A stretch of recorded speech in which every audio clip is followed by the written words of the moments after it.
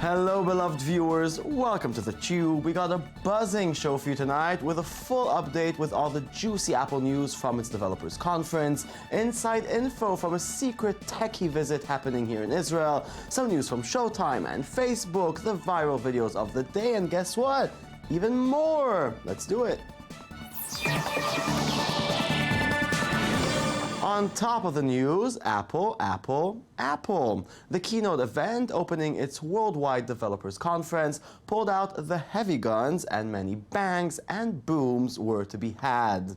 In these types of events, Apple focuses on software, and boy do they have a lot of new software coming around. Some of it, at least, seems to be directed at, not to say borrowed from, competing softwares and services.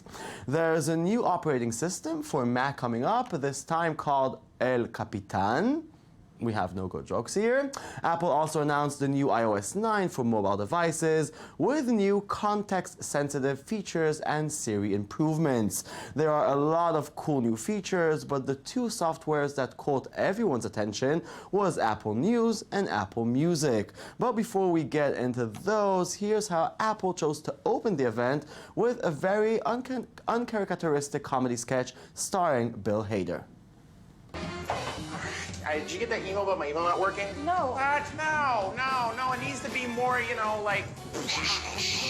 Yeah, it means bigger. Bigger. Yeah, like developers are on fire. Which iPhone you want for the main character, silver or gold? Let me see silver. Let me see gold. Okay. Let me see silver. Let me see gold. See, I can't tell because the reflection of the flames on it, and I can't... Can you decide this later? Yeah, he's right. Let's decide it later. We'll take the gold. Gotta choose a talent for the dating app number? Yes. No. Yes. No. Yeah. The pretty one. That's you. Whoa! Did you do that? Yeah. Oh my gosh, that's my coffee! Yeah! Ah! Oh, cool. Oh, that's awesome. Did you bring my sugar or anything? Ah! Who are these guys? The Tim Cook likes you. Oh, right. You guys are good to get wet. Funny stuff. Funnier, though, were the reactions to Apple's music streaming service, titled Apple Music. Spotify's CEO summed it up with, "Oh, okay," on Twitter, a comment he later deleted. Underwhelming seemed to have been the word of the day. Apple Music will be powered by iTunes and will host a global 24/7 radio channel, a social network for musicians, and many features to cater to any music preferences. But it's yet to be seen whether any of these features are worth the subscription fee. Check their promo. The way we listen to and experience music is undergoing a profound change these days. To have access to nearly all the music in the world at our fingertips and in our pockets is remarkable. And yet, there needs to be a place where music can be treated less like digital bits and more like the art it is, with a sense of respect and discovery. And if that place could actually accommodate and support the artists who make the music, and not just the top-tier artists, but the kids in their bedrooms too, provide them all with a home and a way to engage with their audiences, that would be pretty great. And that's what we set out to do with Apple Music.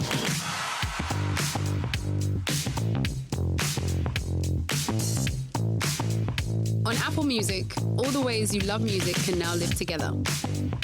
Stream from the millions of songs on iTunes, anytime and on demand, along with hand-picked playlists, recommendations, and all that's great and breaking in music right now. Joining us in the studio is Omer Kabir of Kalkalist Economic Newspaper to help us swallow the pill of Apple News. Good evening. Good evening, Jason. So what impressed you the most from Apple's, well, loads of announcements? Well, I think the most interesting thing we saw in the event is a new vision, or the signs of a new vision of where Apple is heading next. You mentioned the radio station, Beats One, and there's also the new app, News, which will aggregate content from all various publishers, which Apple will edit and then present it to the users. And the social network, they call it Connect, where artists can come and create new content. I think we see Apple really start to engage in creating and editing and bringing to the customer new original content not just as a platform that sells it, but really as a creator, as an editor. And it's a first step, they're trying to probe to see if they can go in this new direction. I want to mention that Apple is reportedly working on a new television subscription service in the style of Netflix. So they brought radio station to Apple Music, maybe to Apple television service. They will bring a TV station with shows and movies from Apple. It's very interesting. They have the money to do their own content. They just need the will. So you're saying the unifying vision, basically, of all what Apple is doing now is to go into content? Yes. And deliver it as well, not only the software? Yes, they're the biggest company in the world. They have a lot of money, but they still need to grow. They need new avenues of growth. And entertainment content can be a new niche market, not niche market, so a new mass market for Apple. They didn't tap yet. If Apple wants, they can give Steven Spielberg $1 million, they say, and tell him, now you can work for us for the next 10 years, make movie only for us, and they can do it. Cost just a little more than $1 million, but they have the money. Yes. Let's talk about Apple Music. You know, some tech news sites are really trashing it. Is that disappointing? What's going on there? What did you think of it? I think it will be premature to review a service you hadn't tested yet, you didn't touch yet. You need to examine it, to work with it, to play with it. It has some promising features, big content library like all other music streaming service. They have a lot of curated playlists from, I guess, we'll see some big names, maybe like Madonna or other prominent artists that will do their playlist, so it will be a big selling point. But they don't have freemium like Spotify. No, they don't have freemium, but they do have first 3 months free. But most services don't have a freemium model like Spotify, and I think they do have a premium service. It's called iTunes Radio. Okay. And it's already available in the US and some other countries. It's a radio station. It's a radio station, but it's based on personal radio station based on genres or songs. Okay. Or artists, so they do have. Can we imagine a future where Apple Music beats Spotify? Yes, definitely. Apple is a huge distributing platform. It's called iPhone and iPad and Mac computers. It's all devices. They have 100 millions of users already using their services. They have these users' credit card number. But only its size makes it brings its edge over the competitors, because so many people are trying to tap into the music streaming service, and everybody's failing against Spotify. We had Tidal, we had many, big projects that seem to have potential in them, and Spotify is remaining on the throne.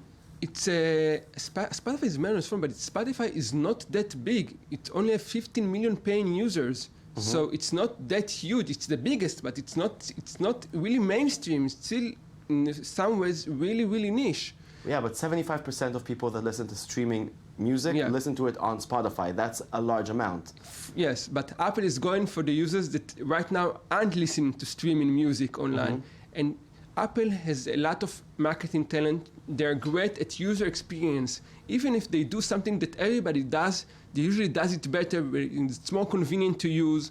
It's more fun to use. And this will be the difference, the user experience.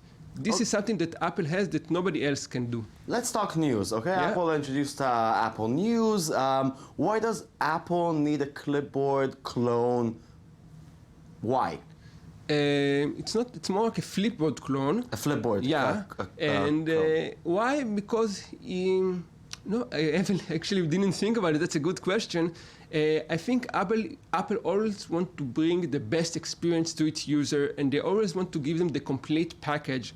This is why they have iRock and iMovie and iLife. They want to give a total experience, and it's the best it can be. And in areas that Apple feels that the experience that's currently available is not that good, or they can do it much better, then they will go into that area and do it. Well, it's super non-profitable to do news, from what I understand. So why are they so desperately trying to be part of this game as well? Apple, just to make clear, Apple is not doing news. She doesn't do it original content. She takes content from New York Times, ESPN, CNN, like other Facebook outlets. is starting to do now with Exactly. Swallow All News. Like Facebook. So it won't cost her that much, because she doesn't need to produce the content. She doesn't need to arrange it beautifully and then present it to the users. Maybe she can sell some ads alongside it, so make a little profit, but it's not the main gain, it's not the main issue here. Again, Apple is always about the total experience, the complete experience, and giving the best, most beautiful, most magical experience they can. So let's sum it up. You had a magical experience listening to everything they brought last night?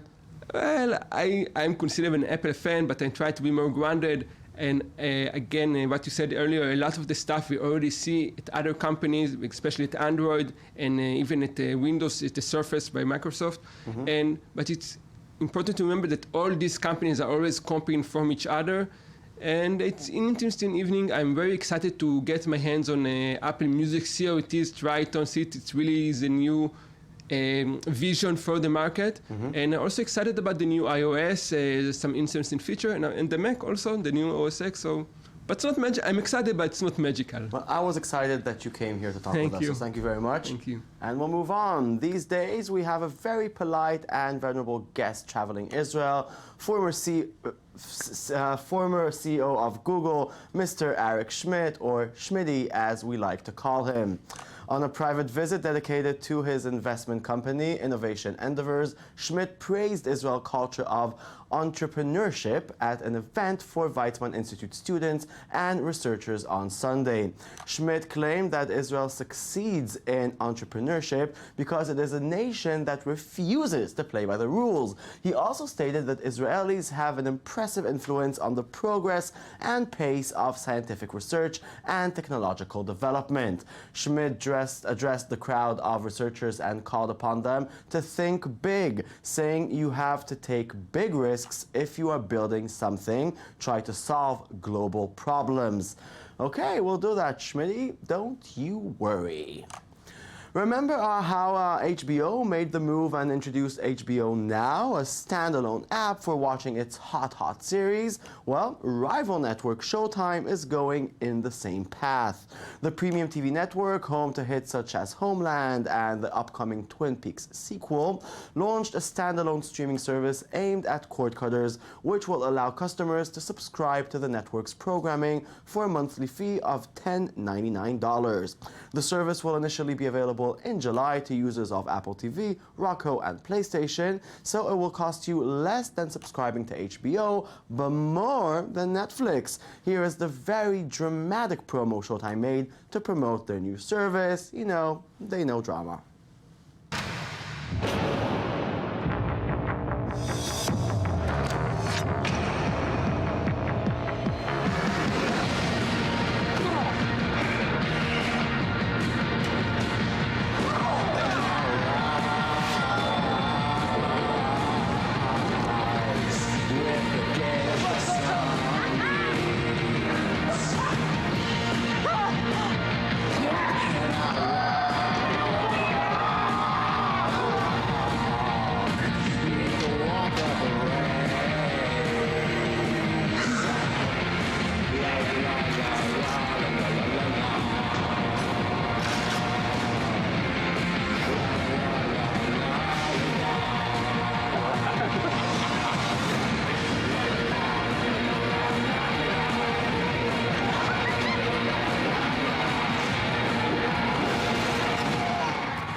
Facebook saw a lot of criticism on its self-serving program to bring the internet to developing countries, so now the company is backing down a bit. Facebook has scrapped its previously unknown plans to build a satellite, according to a report in The Information. The satellite had been built, could have cost an estimated $500 million. The plan was to use it to help provide cheap internet access in the developing world. But this price tag was apparently prohibitive, and the scheme has been abandoned before it was ever even announced. Facebook has been exploring ways to expand internet access and, along with it, access to its products in emerging markets. One of the key ways is Internet.org, a Facebook-led initiative involving multiple companies to subsidize data costs in certain countries, but not in space.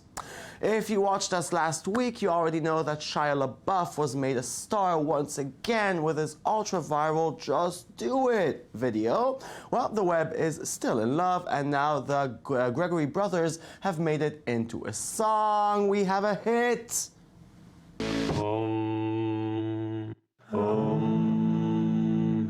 Peace. face down my face, on my hair, on my shirt. She looks at me, and I'm looking at her. 1, 2, 3. Your life is your life. Somewhere there's light. The gods wait to delight in you. It meets the darkness. You're marvelous. Who's pretending to be who? Your life is your life. The forms, the repetitions. Don't let it be club. And it takes submission. You should get to the point where anyone else would quit. You're gonna wake up and work hard at it. Just do it. Nothing is impossible. Just do it. Yesterday you said tomorrow. Just do it. Don't let your dreams. Amazing. And that's it. Show's over. Thank you very much for watching. We'll be back tomorrow with a brand new show of The Tube, www.i24news.tv. And always remember, forgive your enemies, but never forget their names. That's John F. Kennedy. Goodbye.